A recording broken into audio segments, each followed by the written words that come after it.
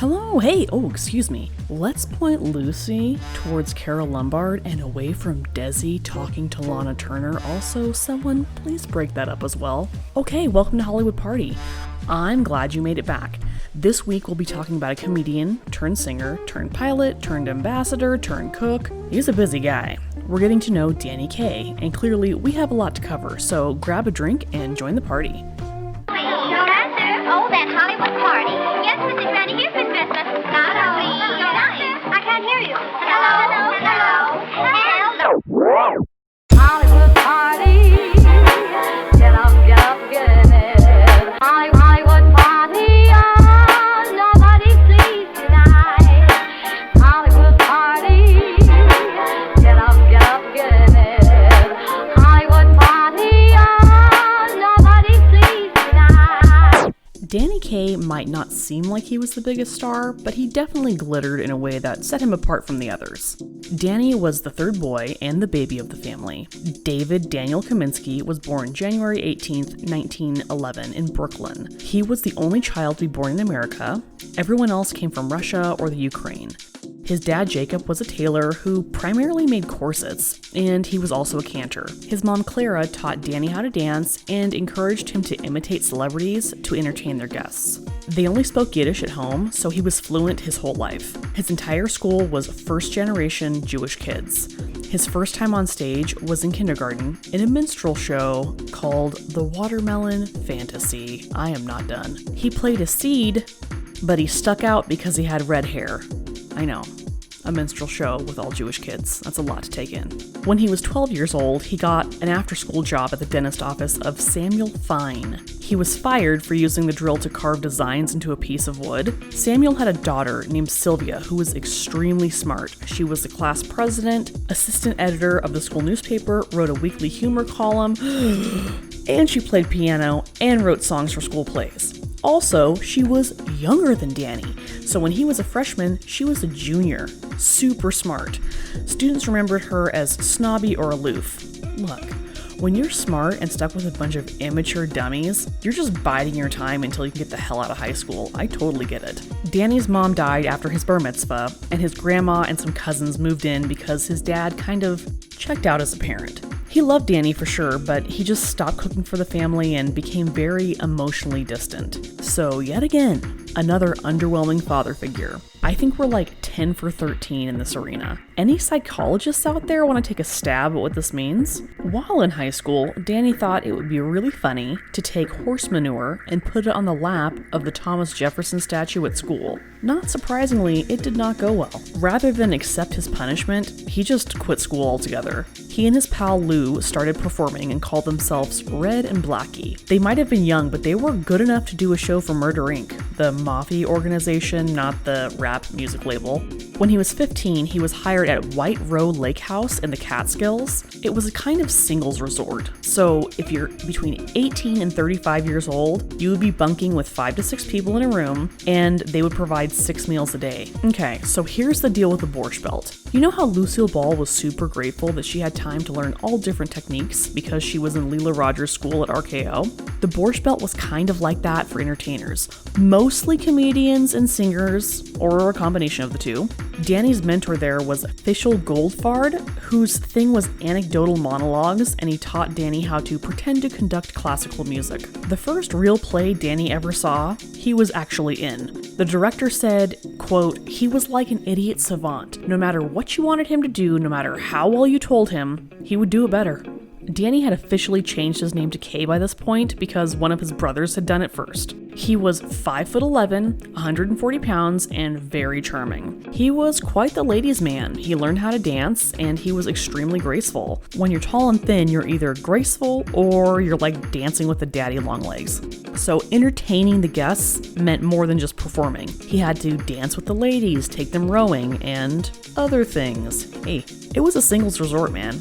Of course, he dated the only shiksa at the resort, Kathleen Young, one of the ballroom dancers who worked there. When the season was over, his partner Lou went back to real life and high school and eventually became a podiatrist. Danny became super depressed in the winter because he went from being somebody to being a nobody. He was also more than likely a little bit like of a manic depressive, so like super high highs and really low lows. At the end of the following summer, he teamed up with Kathleen Young and her dancing partner, and they toured as the Three Terpsichords. They joined a show called La Vie Paris and toured Asia in 1934. Well, they toured east to west across America first, so 2 shows a day for 5 months. Then they got on a boat to go east. Since Danny only knew Yiddish and English, this is how he really learned that facial expressions were a great way to communicate. He also created his own double talk, which is like made-up nonsense that was just funny in any language. On top of all of that, he was excellent in accents, and he would combine the two for maximum effect. A year and a half later, at the end of the tour, Danny was in 16 out of the 21 numbers in the show. In 1936, he went back to the Catskills and he was offered a job as the Master of Ceremonies at the President Hotel. Now, all of the hotels and resorts were Jewish, but this job focused much more on Yiddish-based entertainment. Because of how great he was, after the season ended, he got a job at Billy Rose's Casa Mañana. Billy Rose was married to Fanny Bryce during this time, and no, he did not look like James Caan. Funny Lady really could have been a much better movie than it was. What happened? So, Danny had to start from the bottom because Jimmy Durante was the headliner at this club.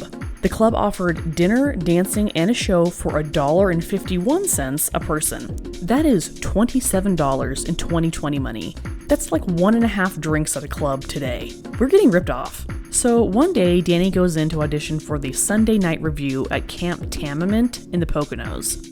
The review was being put on by Max Liebman, who was a Broadway director, so this had potential to catapult careers into like the stratosphere. Sylvia Fine had been hired to write the songs, 10 new ones a week, and said when Danny walked in, he seemed to dance, and every movement had a flash and a flare to it. She totally remembered meeting him when she was 11 years old, but he had no recollection. Typical. We already know Sylvia was a smarty. She graduated high school at 15 years old, then went to Hunter College where she studied music and even taught piano. Her only goal was show business. She didn't care about looking cute or about boys, she just wanted to hustle. So basically, she used Danny to express herself, and that benefited him because it helped create the kind of career he wanted. She was a writer, and he was her muse. Let's face it, most guys are not organized and dedicated, so to have someone sit down and create numbers just for you is amazing. What is interesting is that she wrote a lot of fae numbers for him, and for someone who was a ladies' man at the Catskills, he now was very androgynous on stage. Was this something Sylvia saw in herself because she would have benefited more being a man in show business, or was this something she saw in Danny? Either way, it was a big success, and Max told them that he was making a show to take to Broadway,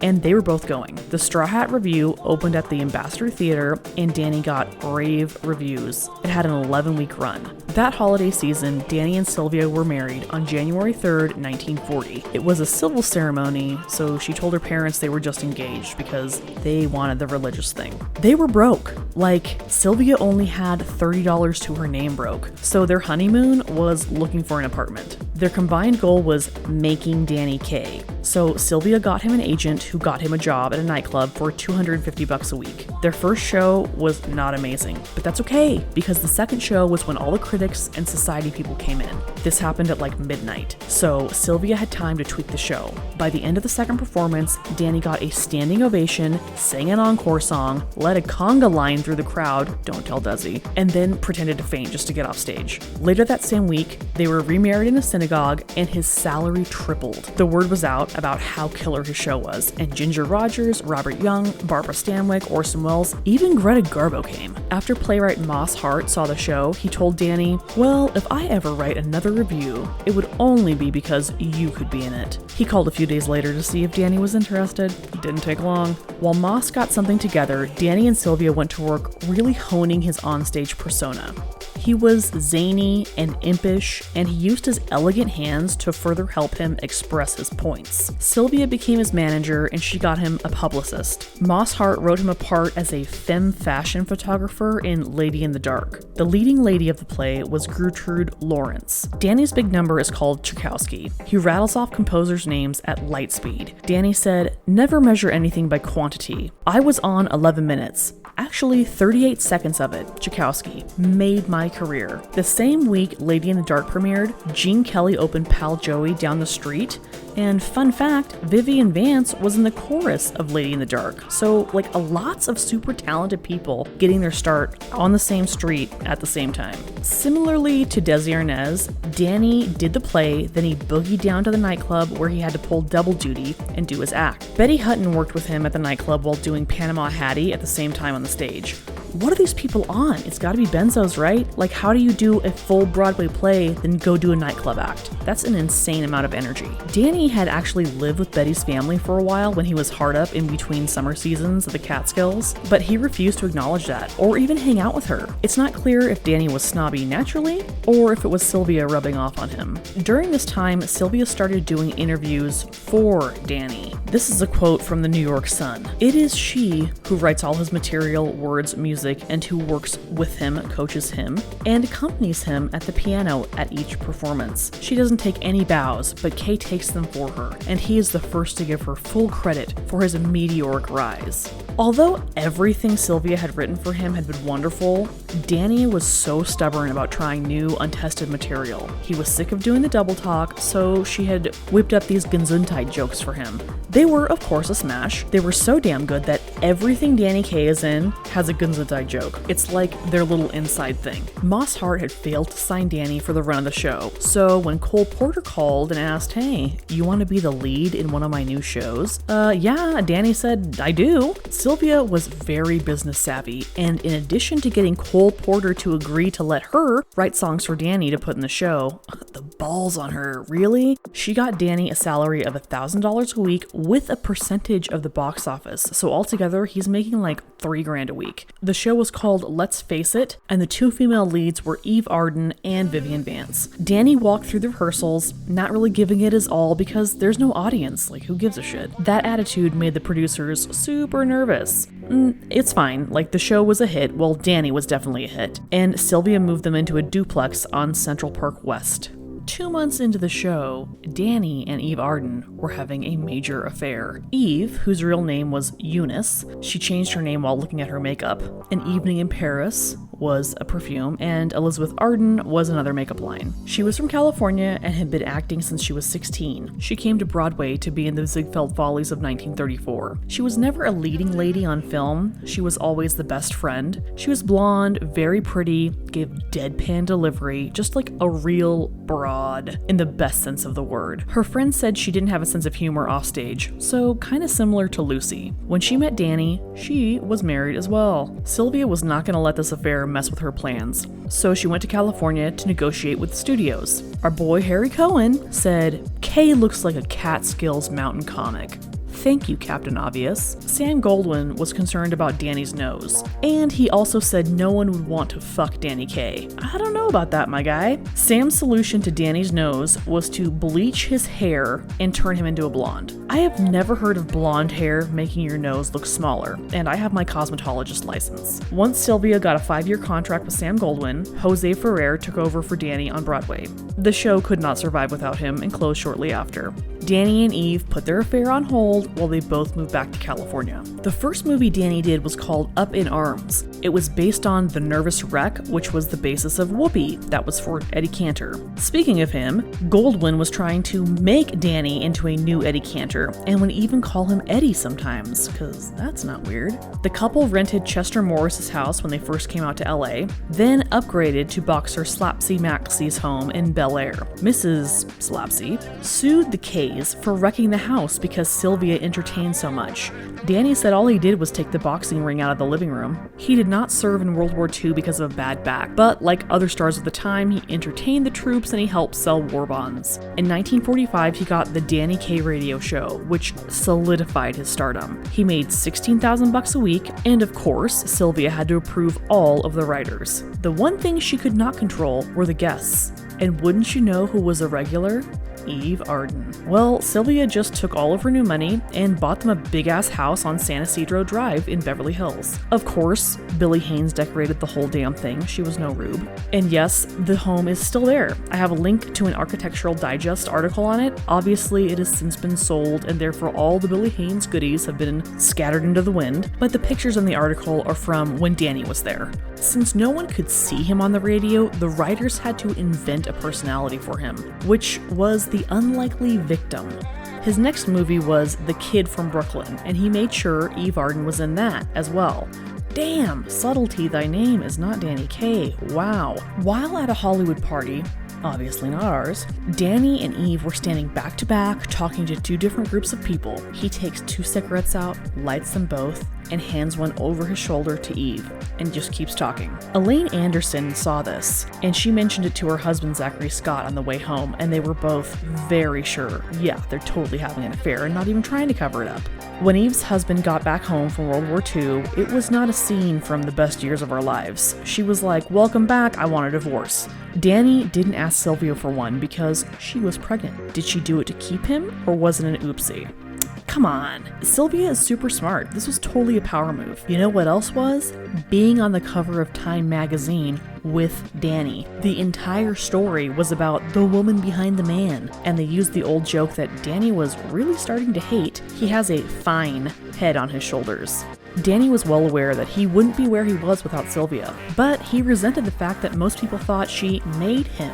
Sylvia clearly loved Danny so much that he could do whatever he wanted and she'd turn a blind eye. She got to be Mrs. Danny Kaye and have creative control. Had she not re-met up with Danny, she probably would have gone on to become a famous song or playwright on her own merits. Now she was like this weird safety blanket / mother figure to him. They definitely benefited from one another, but in the words of St. Britney Spears, "I'm addicted to you. Don't you know that you're toxic?"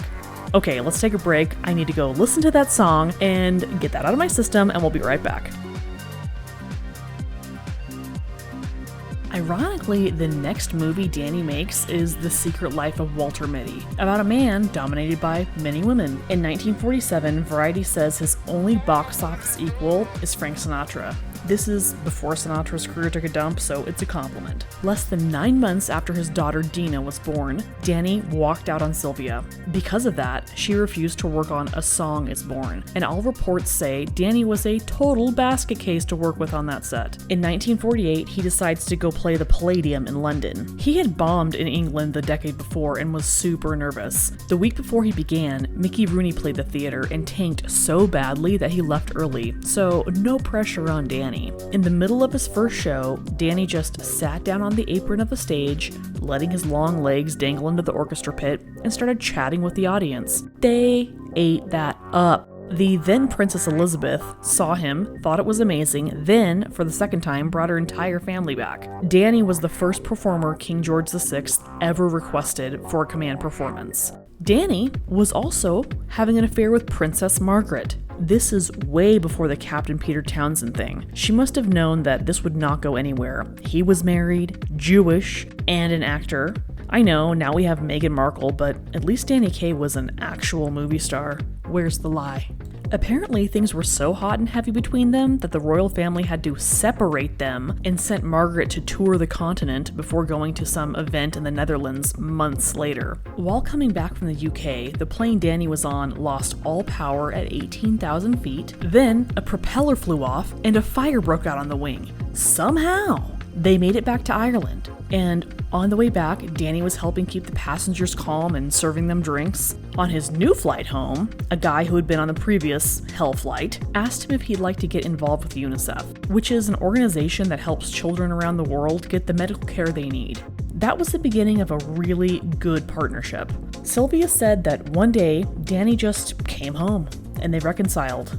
in their own weird way. This totally devastated Eve Arden, but she went on to marry Brooks West, he was an actor, and she had her own TV show, and she won an Emmy, so she's doing alright. Sylvia had negotiated a 5-picture deal with Warner Brothers for Danny, but after 1 picture, he was released from his contract. Jack Warner was super conservative, and the Kays were really liberal, and very vocal about the stupid-ass HUAC investigation. McCarthyism is super boring to me because it was such an epic waste of time and talent. The next film Danny makes is On the Riviera, directed by Walter Lang, Fieldsy's husband. And Danny started another affair with Gwen Verdon. She was in the movie, and she was also the assistant to the choreographer Jack Cole. People referred to him as a sadistic choreographer, and he was also gay, so they were supposedly having an affair. I don't really know how that's possible, but whatever. So at the same time Danny's starting up his thing with Gwen, the gossip rags start reporting that he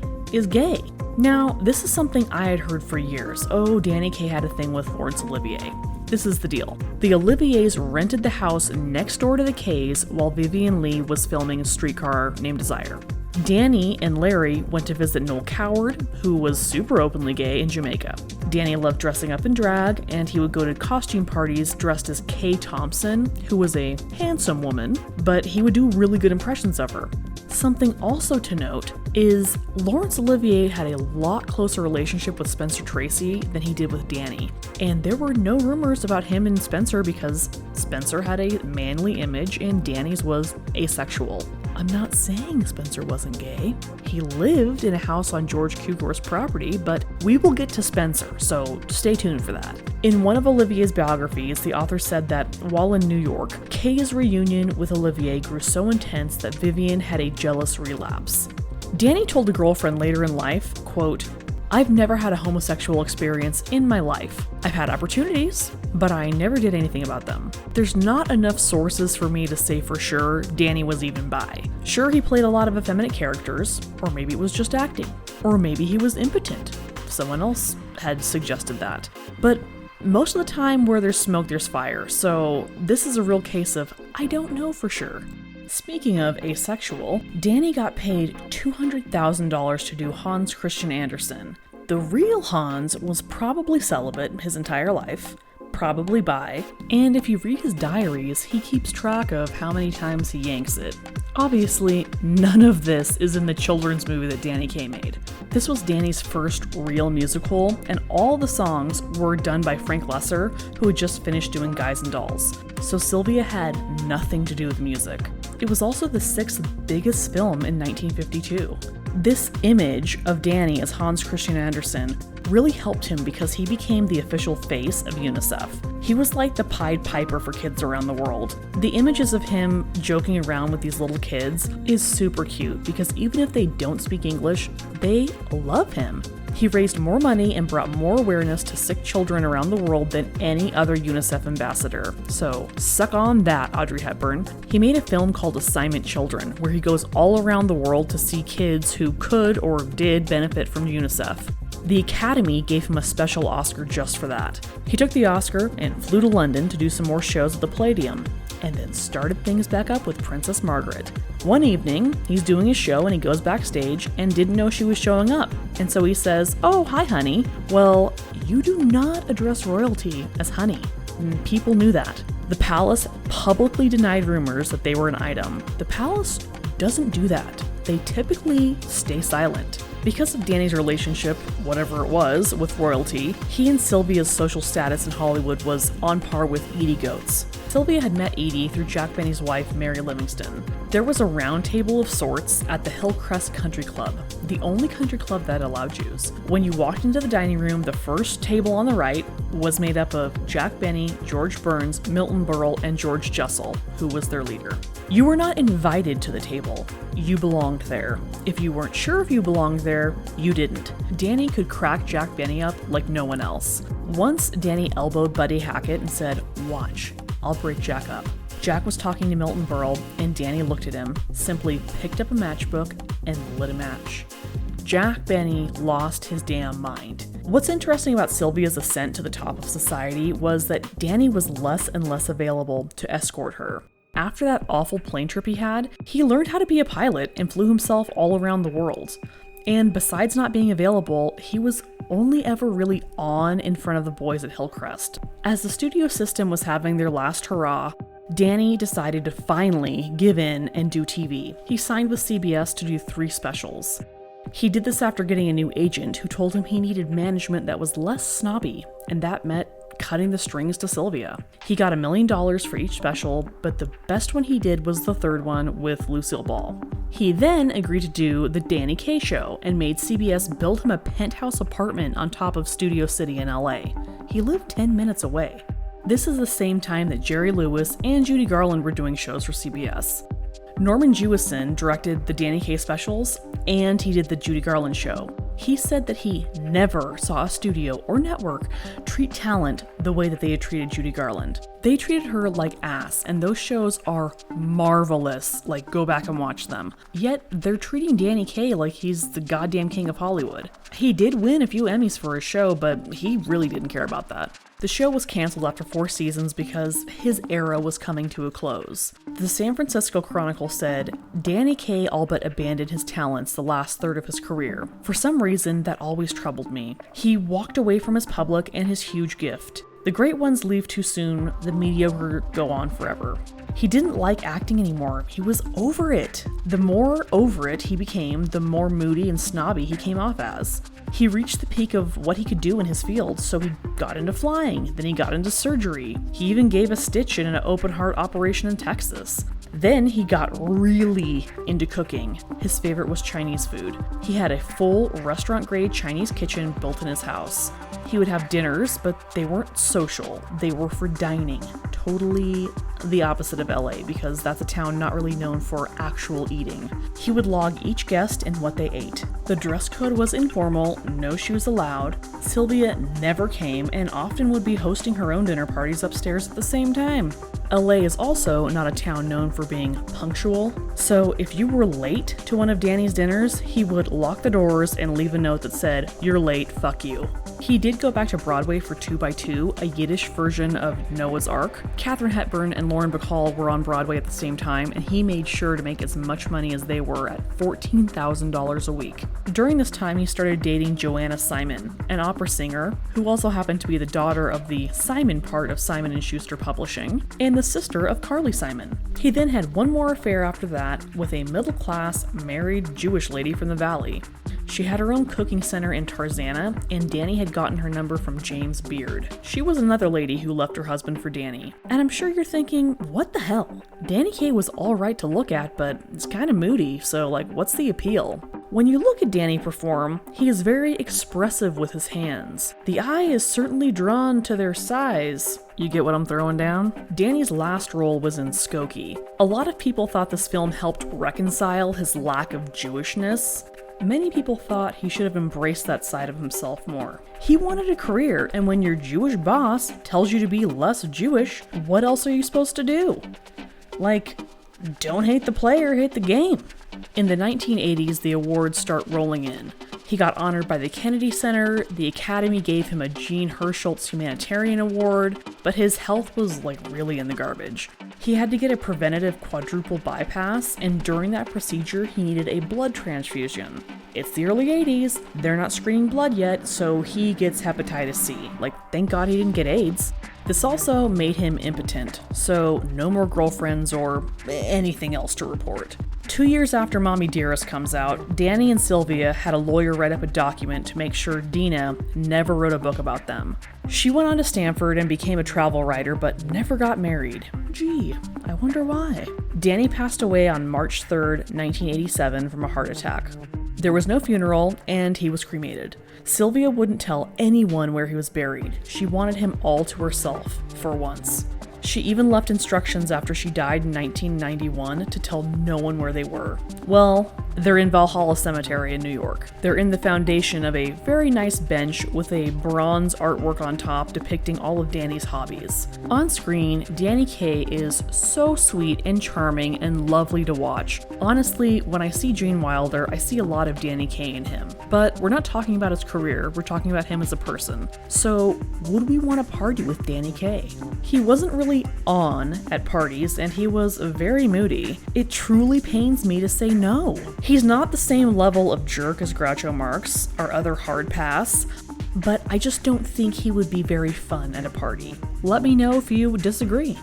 For more information about this episode, head over to HollywoodPartyPodcast.com and follow us on Instagram. If you like the show, tell every single person you know, please. Like and subscribe on Apple Podcast. It's free to do and very nice. Or subscribe on Spotify or Anchor or whatever you're using to listen to us. See you next week. That noisy girl.